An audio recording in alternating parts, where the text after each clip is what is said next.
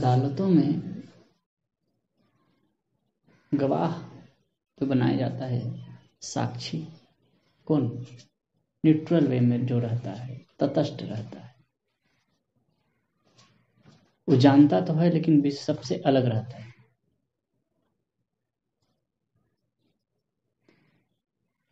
ठीक ऐसे ही साक्षी होना है। हम मन के साक्षी हो रहे हैं, मन को देख रहे हैं, मन से अलग होकर, मन की धारा में पढ़कर, मन में डूबकर, मन के विचारों में बहकर मन का साक्षी नहीं हुआ जा सकता। मन का साक्षी हुआ जा सकता है मन के प्रवाह से अलग होकर। आप देखते होंगे जब आप ध्यान में बैठे, अब जो लोग क्रिया योग करते हैं, श्वास को देख रहे हैं, बिंदु को देख रहे हैं, अलग अलग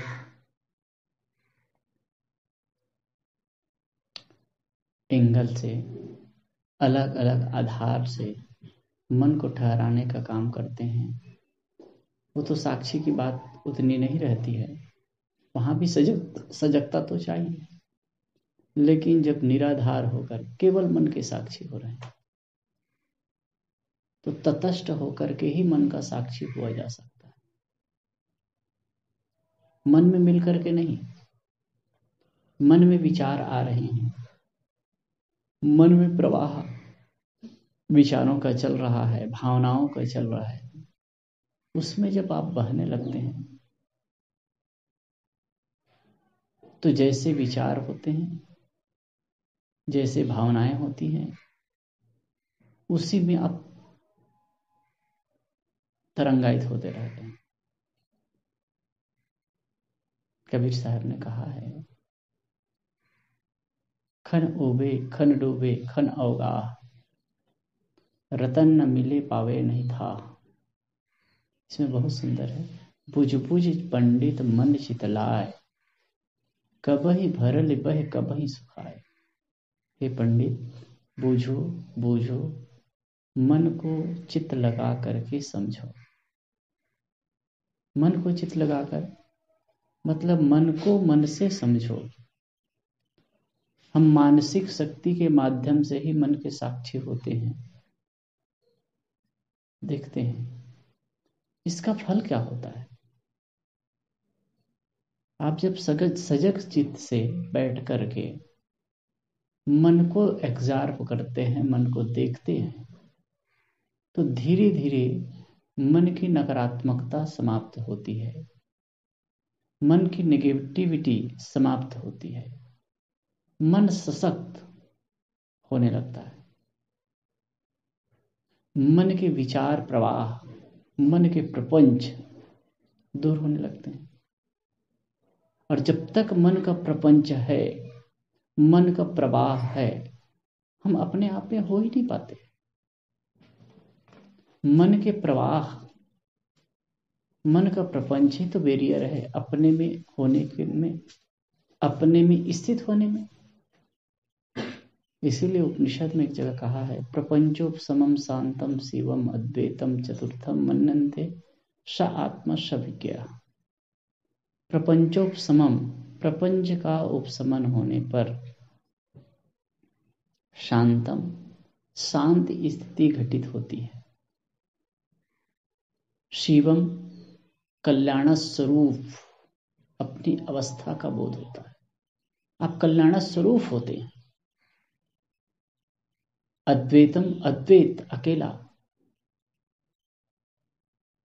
वहां कुछ मिला हुआ नहीं है। शांतम शिवम अद्वैतम चतुर्थम मन्यन्ते स आत्मा स विज्ञा। यही चतुर्थ अवस्था है, यही ध्यान की अवस्था है, यही ऊंचाई की अवस्था है, और वही आपकी अवस्था है। जब तक प्रपंच है, जब तक संसार है, प्रवाह है, तब तक हम उसमें उलझे रहते हैं, तब तक हम अपने में नहीं होते। देखिए, जब हम संसार में व्यवहार करते हैं तो कभी मन में काम होता है, कभी क्रोध होता है, कभी लोभ होता है, कभी मोह होता है। तो जिस क्षण में जिस प्रकार की वृत्ति बनती है वैसी हमारी अवस्था होती है, वैसे हम होते हैं। काम का विचार आया, काम की भावनाएं आई तो हम काममय हो गए। क्रोध का भाव आया तो क्रोधमय हो गए। लोभ का भाव आया तो लोभमय हो गए। द्वेष का भाव आया तो द्वेषमय हो गए। घृणा का भाव आया तो घृणामय हो गए। देह का भाव आया, देहमय है। अब ये भाव बदलता रहता है, बदलता रहता है। और जैसी जैसी वृत्तियां आती है, निर्मल साहब ने कहा है, जा क्षण में वृत्ति जान, ता क्षण में रूप तान। जिस क्षण में जिस प्रकार की वृत्ति आती है उस प्रकार हमारा स्वरूप हो जाता है। जैसे दर्पण के सामने जिस चीज को रखते हैं, जो रंग आता है वैसे ही दर्पण दिखता है। लाल रंग को रखे तो लाल रंग जैसे दिखता है, काला को रखेंगे तो काला दिखेगा, सफेद को रखेंगे सफेद दिखेगा। तो संसार की चीजें, संसार की वस्तुएं, संसार के प्राणी, संसार के पदार्थ ये सामने होते हैं, उसी को चित्त अपने में लेता है। समस्या यहाँ होती है, हम उन्हीं संसार की चीजों में, संसार की भावनाओं में आकर के सुखी और दुखी होते हैं, उलझते जाते हैं। हम अपने आप में, अपने ठहराव में, अपनी स्थिरता में, अपने आनंद में नहीं रुक पाते, ठहर नहीं पाते। और इसीलिए भटकते रहते हैं, शांति होती है। आदमी सुख के लिए क्यों बाहर भटकता है, शांति बाहर क्यों खोजता है? ये बुनियादी भूल मनुष्य क्यों करता है?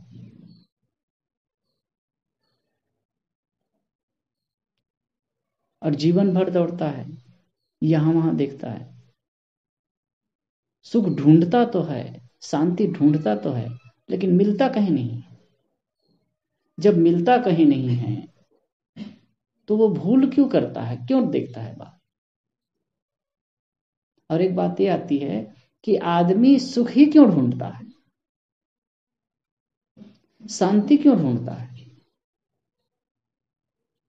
क्योंकि वो शांत स्वरूप है, सुख स्वरूप है, लेकिन अपने स्वरूप की अज्ञानता की वजह से अपने आप को न समझ करके वो बाहर भटकता है। जैसे एक फकीर था, एक जगह बैठा रहता था, वहीं पर भिक्षा मांगता था और 30-40 साल से वहीं पर बैठा, अपंग था, वहीं पर बैठा भिक्षा मांगता था। एक दिन बीमार पड़ा और वहीं मर गया।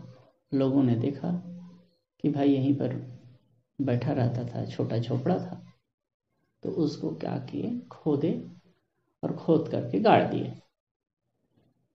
तो संयोग की बात है, जब उसके लिए समाधि के लिए जगह खोद रहे थे, उनको गाड़ने के लिए जगह खोद रहे थे, तो उसी जगह में बहुत सारे हीरे जवाहरात खजाना मिला।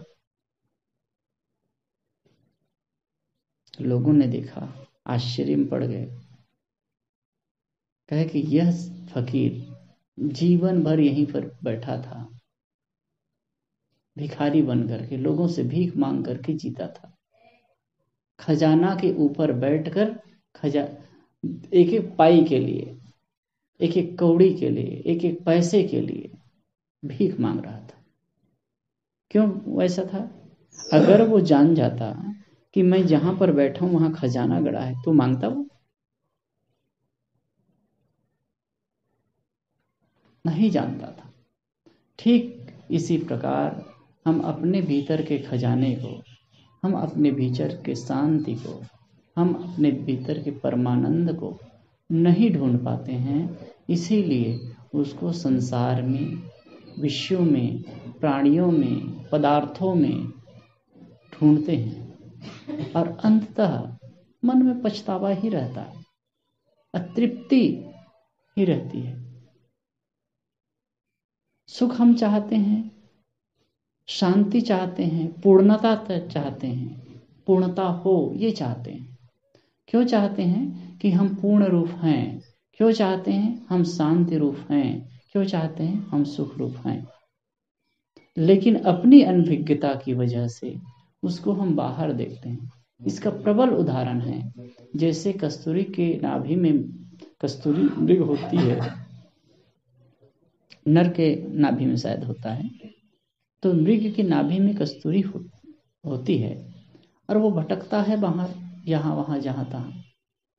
सुगंध आ रही है, उस सुगंध को प्राप्त करने के लिए, सुगंध को लेने के लिए यहाँ वहाँ भटकता है, परेशान होता है। कहीं घास फूस में देखता है, कहीं यहाँ वहाँ देखता है, लेकिन वो कहीं मिलता नहीं है।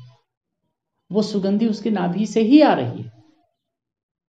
अगर उसको समझ ले तो फिर उसका भटकाव बंद हो जाए। ठीक ऐसे ही मनुष्य जिस सुख, जिस शांति, जिस परमानंद को बाहर खोजता है वो बाहर नहीं है। बात आती है तो हम संसार के चीजों में देखते हैं, उसमें सुख का आभास होता है, उसमें सुख नहीं है। सुख का केवल आभास होता है। सुख और सुखाभास, ये दो चीज समझ लीजिए। बाहर की जितनी वस्तुएं हैं वो साधन है, साधन मात्र है, साधन है। एक तो कहते हैं जीवन गुजर के साधन,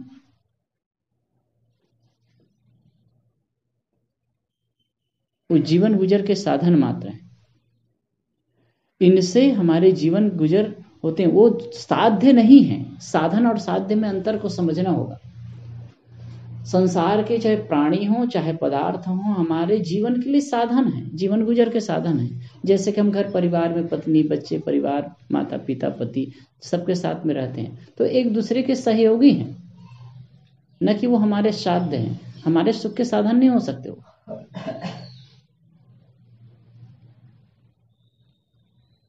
अब चाहे कोई भी विषय हो, कोई भी पदार्थ हो, कोई भी प्राणी हो, उससे सुख की आशा पूरी नहीं हो सकती। हम केवल सुख का आरोपण करते हैं और हमारी जैसी भावना होती है वैसे हम सुख का आरोपण करते हैं, कहीं दुख का आरोपण करते हैं। गुरुवर कबीर ने कहा, जो दर्पण प्रतिबिंब देखिए आप धुनमा सोए, यह तत्व से वह तत्व है, या ही से वह होए। जैसे दर्पण में प्रतिबिंब देखते हैं तो जैसा हमारा स्वरूप होता है वैसा ही प्रतिबिंब में दिखता है। अगर चेहरे में दाग है तो दाग दिखेगा, चेहरे में तिल है तो तिल दिखेगा। यदि गुस्सा में हम देख रहे हैं तो गुस्सा रूप दिखेगा, यदि हंसते हैं तो हंसते हुए चेहरा दिखेगा, हंसता हुआ प्रतिबिंब दिखेगा। ठीक ऐसे ही जैसे हमारी भावना होती है, जिसके प्रति जो भावना होती है वैसा ही दिखता है। कोई आदमी को हम पसंद करते हैं, चाहते हैं, वो हमें सुंदर दिखता है, अच्छा लगता है, तो ये हमारे चित्त का प्रतिबिंब ही है। कोई बुरा लगता है तो बुरा प्रतिबिंब बना है, बुरा लगता है। और होता क्या है, अजब बात, कि आप 10 वर्ष बाद भी मिलते हैं तब भी वो बुरा ही लगता है, क्योंकि जैसा आप प्रतिबिंब बनाए हैं वैसे वो दिखता है। हो सकता है वो बदल गया हो बिल्कुल। इस पर मैं एक घटना बताता हूँ। एक लड़का था, हम लोगों के साथ में पढ़ता था, इतना हैंडसम था, इतना अच्छा दिखता था, इतना सुंदर था, तेज भी था, लेकिन एक नंबर का लोफड़। कई बार मार खाया पढ़ते तक के, कई बार 12वीं तक के साथ में पढ़े हम लोग, कई बार मार खाता था और बदनाम भी हुआ, और क्या कुकर्म नहीं किया होगा। साधु जीवन में आने के बाद उनके गांव में जाना पड़ा मेरा, तो वो जान लिया, तो यह तो टहलने जा रहा था मैं कहीं ऐसे सवेरे सवेरे, तो मिला वो, देखा, फिर वो पता नहीं जानता था कि नहीं कि साधु हो गए करके, तो आया और चरण स्पर्श किया और बिल्कुल सहज ढंग से मेरे से मिला और हाथ जोड़ करके कहता है कि महाराज जी हमारे यहाँ आइए। गया, इतना मतलब एक प्रकार से 2 नंबर का आदमी है, इतना लोफड़ आदमी है, इतना सहज हो गया था कि क्या पूछना। गांव में सम्मानित था वो, सोच सकते हो, एक समय उनको मारा जाता था। और तब मैं कहा यार इतना परिवर्तन कैसे हुआ तुम में? तो उन्होंने कहा कि सत्संग की बातें सुन करके, और संतों से तो उतना मिलना नहीं होता था, सत्संग की बातें सुन करके और धार्मिक ग्रंथों को पढ़ करके इतना नैतिक कि पूछो मत, आप सोच नहीं सकते हो, इतने नैतिकता पूर्ण उसका जीवन था। अब मैं तो सोच रहा जैसे मिले बंदगी की, मैं तो ये लोफर आदमी है, मेरे मन में हो रहा था तो महान लोफर है। लेकिन जब उनसे मिला, उनके घर में बैठा, और बाद में भी पता चला औरों से, इतना सज्जन व्यक्ति हो गया, क्या कुछ। तो हम चित्त में जो बनाए थे वही तो देख रहे थे।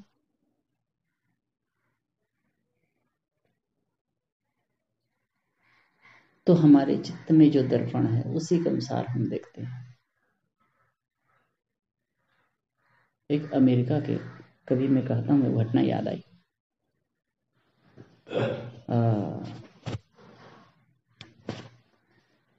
एक व्यक्ति था, वो एक संसारिक बात है, एक लड़की को चाहता था और उसको साथ में शादी करने के लिए, विवाह करने के लिए बहुत कोशिश किया। करीब 4-5 वर्ष तक चक्कर काटा। फिर बाद में लड़की ने, परिवार वालों ने हाँ भी भरी और उनके साथ में शादी हो गई। तो चर्च में जाकर शादी किया। जब तक नहीं मिली थी तो लगता था कि वो लड़की सब कुछ है मेरे लिए और कैसे ही प्राप्त हो। लेकिन जब शादी होकर के चर्च से निकल के जा रहे थे दोनों के दोनों वर वधू, तब एक दूसरी लड़की थी जो सांवली थी। मैं कहानी कर रहा हूँ, किस वे में कर रहा हूँ समझ जाएंगे। तो फिर वो जा रही थी, उधर देखा और उधर उसका चित्त खींच रहा था, तो उसे हंसी आ गई। तो उसकी नवविवाहिता पत्नी ने कहा कि क्यों हंस रहे हो? तो कहे कि अब क्या बताऊं, जब तक तुम नहीं मिली थी तब तक तुम्हारे तरफ मन खींचता था, तुम्हें पाने के लिए मैं पूरा कोशिश किया। अब जब तुम मेरी हो गई हो ना, तब मेरा मन दूसरे तरफ जा रहा है। यह है चित्त की दशा, यह है मनुष्य की बेवकूफी। अब क्या है, उस चित्त का आरोपण ही है और कुछ नहीं। कोई सुंदर थोड़ा होता है, किसी को हम सुंदर मानते हैं, यही तो राग द्वेष की चित्त की अवस्था होती है। किसी को सुंदर माने तो असुंदर खड़ा हो जाता है, कुछ सुंदर नहीं है। और कोई सुंदर से सुंदर व्यक्ति हो, कोई अच्छा से अच्छा व्यक्ति हो, लेकिन जब उसी से आपको विरोध या उससे प्रतिकूलता मिले तब क्या लगता है, सुंदर लगता है। इसलिए कोई भी सुंदर है क्षण मात्र, कुछ समय के लिए, 2 दिन के लिए, कुछ क्षण के लिए। तो यही है मन का आरोपण।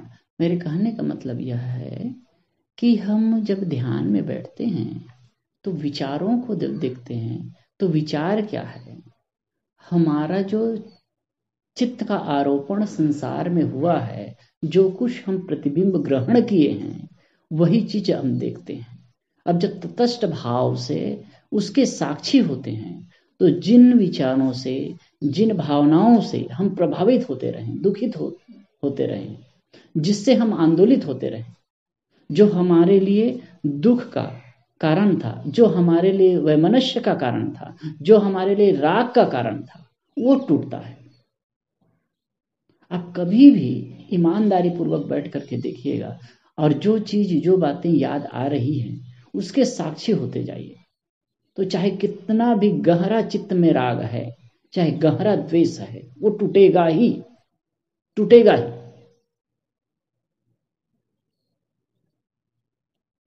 अब बात आती है कि भाई ये होगा कैसे, एकाएक बैठने से नहीं होता है।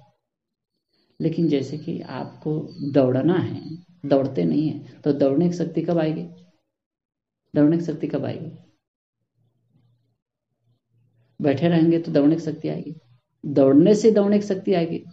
कोई आदमी है दौड़ता है तो करीब कभी नहीं दौड़ा है तो थोड़ा थोड़ा दौड़ता है, 1 किलोमीटर 2 किलोमीटर 5 किलोमीटर, तो धीरे धीरे दौड़ता है तो दौड़ने की शक्ति आती है। जो बोलते नहीं है सो बोलने की शक्ति, नहीं बोल रहे हैं तो बोलते हैं, तो बोलते बोलते अभ्यास होता है। एक बच्चा है छोटा, लिखने लगता है तो पहले कुछ वो नहीं लिखता है, कुछ भी करे तो गोल गोल लिखता है, लेकिन लिखते लिखते कितना सुंदर लिखने लगते हैं, पढ़ते पढ़ते पढ़ने लगते हैं। तो ये कहने का मतलब कि जैसे दौड़ने से दौड़ने की शक्ति आती है, लिखने से लिखने की शक्ति आती है, बोलने से बोलने की शक्ति आती है, पढ़ने से पढ़ने की शक्ति आती है, ठीक ऐसे ही ध्यान करने से ध्यान की शक्ति बढ़ेगी। और ध्यान अपने में होना, अब जब अपने में होने लगोगे ना, और अब सब चीज से आप न्यूट्रल होने लगेंगे, सबके साक्षी होने लगोगे, तो इतना अच्छा लगने लगेगा। और मैं तो ये करता हूँ, आप लोग बहुत कुछ अच्छा समझने लगे हैं। अच्छा लगा कि 5 दिन तक, 5-7 दिन हो गए, 8 दिन हो गए का यहाँ, जब तक के हैं दोनों मीटिंग बैठ रहे थे, आप लोगों का भाव है और अच्छा से बैठते भी थे। तो आप लोग ये प्रयास करिएगा, कम से कम आधा घंटा 1 घंटा रोज बैठें। कुछ नहीं तो रिलैक्स होकर के अपने इष्ट गुरु जिनको मानते हैं उन्हीं के प्रति ध्यान करें, उसी का ध्यान करें, और नहीं तो साक्षी होने का। बाह्य चीज सब छूट जाएगा। मेरे मन में अभी थोड़े समय पहले आ रहा था, अब ये सच्चाई है, जैसे आज आए हैं, पता नहीं और कभी आ पाएंगे कि नहीं आएंगे, आ पाएंगे। हो सकता है अगले साल समझ सुनने में आए कि वो साहब तो चले गए, है ही नहीं, कुछ भी हो सकता है। संसार की अनित्यता, अनित्यता के प्रवाह में तो ये बह रहे हैं ना, आज हैं कल नहीं रहेंगे। कितने लोग ऐसे चले गए, वैसे हम भी चले जाएंगे। गुरुदेव जी एक वाक्य बहुत बढ़िया कहा करते थे, जब भी आश्रम से निकलते, जब भी आश्रम से निकलते, तो जैसे कोई पूछ दे कि साहब कब आएंगे, तो कहे कि जैसे कि मार्च के एंड में आना है, तो कहे कि अमुक तारीख को आने की बात है। इतना तौल के बोलते थे, अमुक तारीख को आने की बात है। आएंगे कभी नहीं कहे, आएंगे मैं कभी नहीं सुना, अमुक तारीख आने की बात है। और जब भी बात होती थी तो यही कहते थे कि जीवन अनित्य है और अंतिम मुलाकात ही समझो, अंतिम मुलाकात ही समझो। कितना मतलब ज्वलंत देखते थे उस जीवन को। जब शरीर छूटा तो शरीर छूटने के कुछ दिन पहले, करीब 3 दिन पहले बात हुई थी, तीन दिन पहले लगभग बात हुई थी।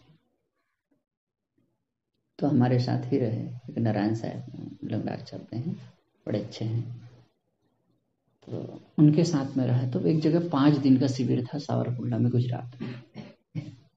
तो वो भी बोलते थे, मैं भी बोलता था। तो ऐसे मतलब मजाक में मेरे से प्रेम रखते हैं। वो कहे गुरुदेव जी से बात की, मैं तो संकोच करता, ज़्यादा नहीं बात करता, समय समय से बात करता था, या तो साहिब जी खुद फ़ोन कर लेते थे। तो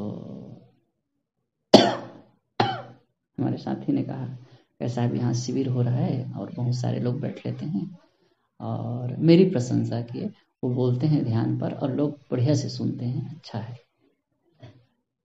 तो फिर गुरुदेव जी कहा कि विवेक कहाँ है दो, तो फिर मेरे को दिए फ़ोन, मेरे फ़ोन से ही बात किए थे। तो कहे कि बेटा तुम्हारा मित्र तुम्हारी प्रशंसा कर रहा है, तुम्हारा मित्र तुम्हारी प्रशंसा कर रहा है, ये अच्छी बात है। लेकिन फिर भी कहे भूलना नहीं, भूलना नहीं। और जीवन का कब क्या हो जाएगा कोई भरोसा नहीं, कब मिट जाए, कब समाप्त हो जाए। विवेक जागृत रहना।